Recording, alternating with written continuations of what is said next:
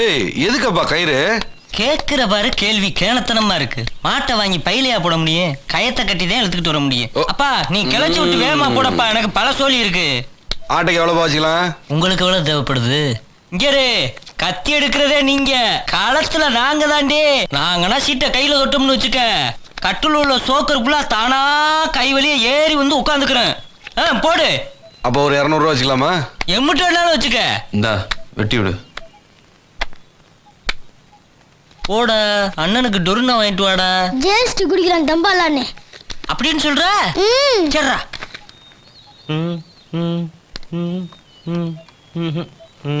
13 சோக்கரா இருந்தா எப்படிப்பா அடிக்கிறது?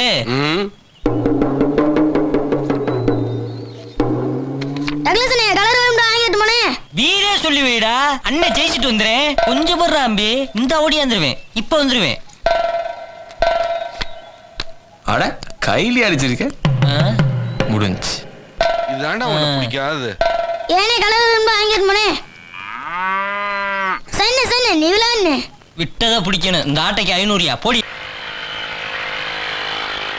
ஏய் பருத்தி விருத வேலையை பார்த்தியாடா?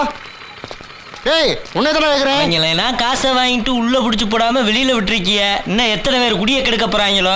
ஏய் நான் என்னடா கேட்குறேன், நீ என்ன சொல்ற? மேலதான் இருக்காங்க, நிறைய வச்சிருக்காங்க, போய் வாங்கிக்க போ. சரி கழுதுலடா கயிறு. நாண்டுட்டு சாக போயா.